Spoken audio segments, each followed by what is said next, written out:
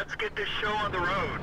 Hey everyone, welcome to the first of the subscriber replays, and this is Pepe. He's going to show us how to use the ST1, which you could argue is called the STI, but I think the I is just the Roman numeral for 1, so ST1 it is.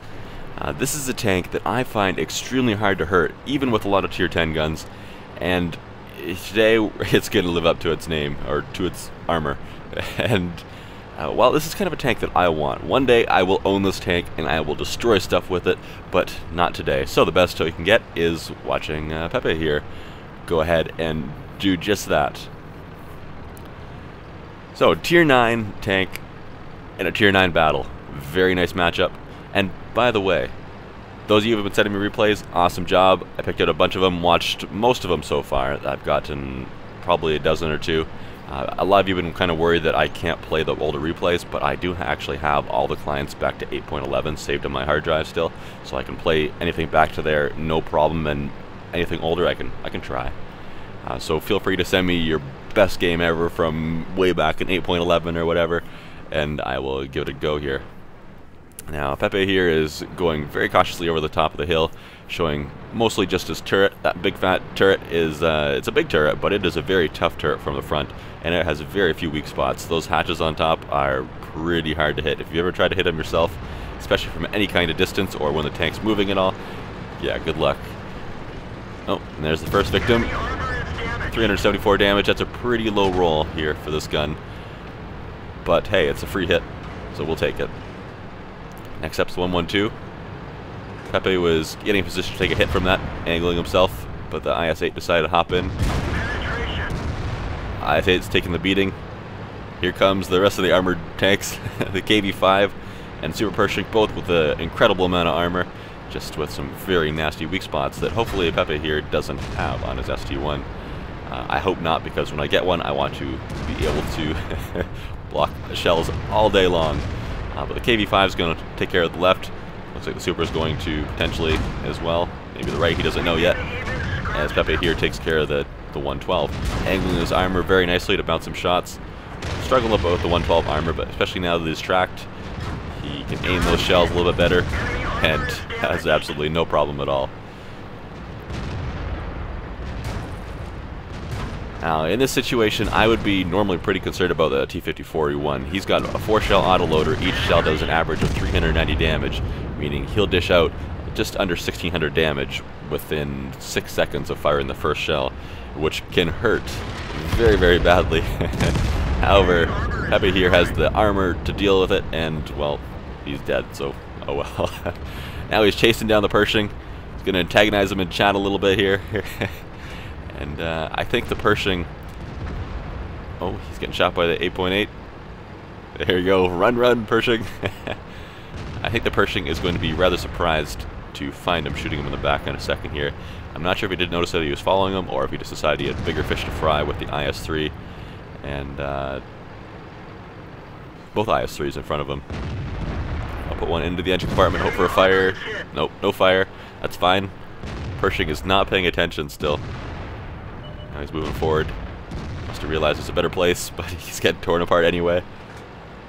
Alright, there's a few targets. Can he hit the ST1 on the side of the turret? There we go.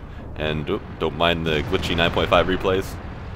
Every update there's a problem with the replays, and I think 9.4 had some of the least amount of problems. But hey, if this is the only problem in the replays, I can live with that. And bounces off the tier 7 tank destroyer. That's rather unlucky. Takes the first bit of damage in this battle to his side. Bounces the Tiger in the M103 without a problem, and the Tiger is just going to sit there and take the hits.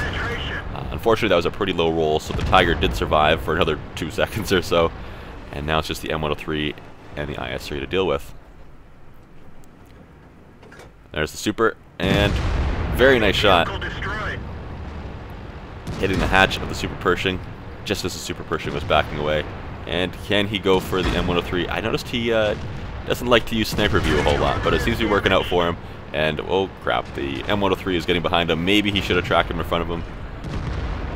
But for now he's going to ignore him and go for the IS-3. So at least one of his sides are well armored. And oh, thank you, Artie. Took care of the M103 pretty fast.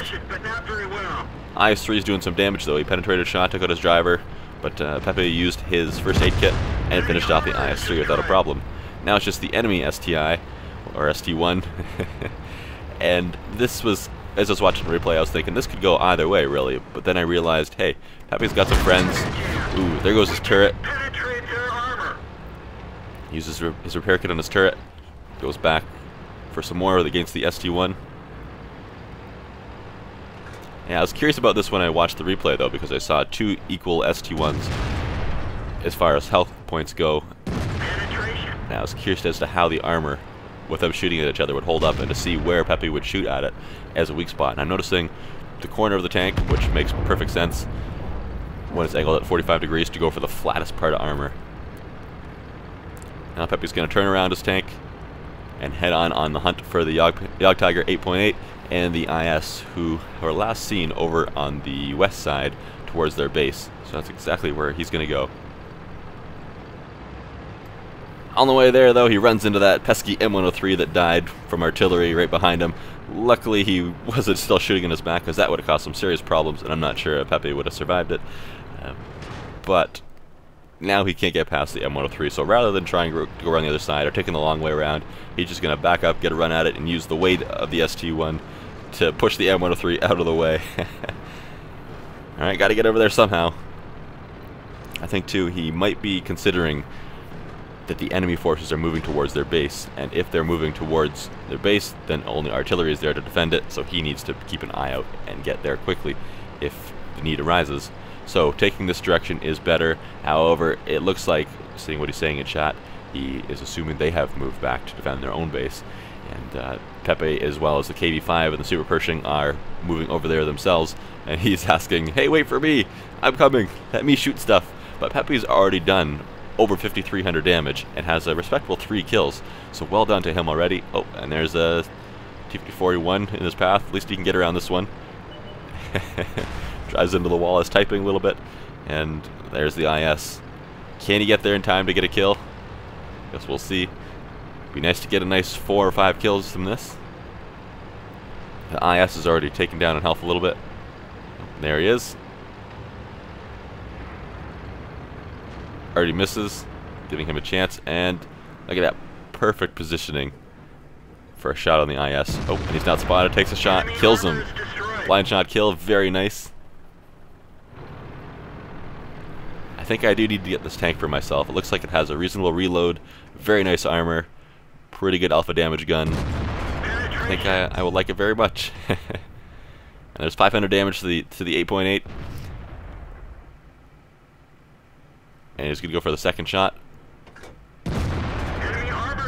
Bit of a low roll, though, which is unfortunate. Which unfortunately allows his teammate to take out the 8.8, but still leaving him with a nice 4 kills and a very nice amount of damage, actually over 6,600. Very well done, Pepe. Good job. Hope to see more from you in the future.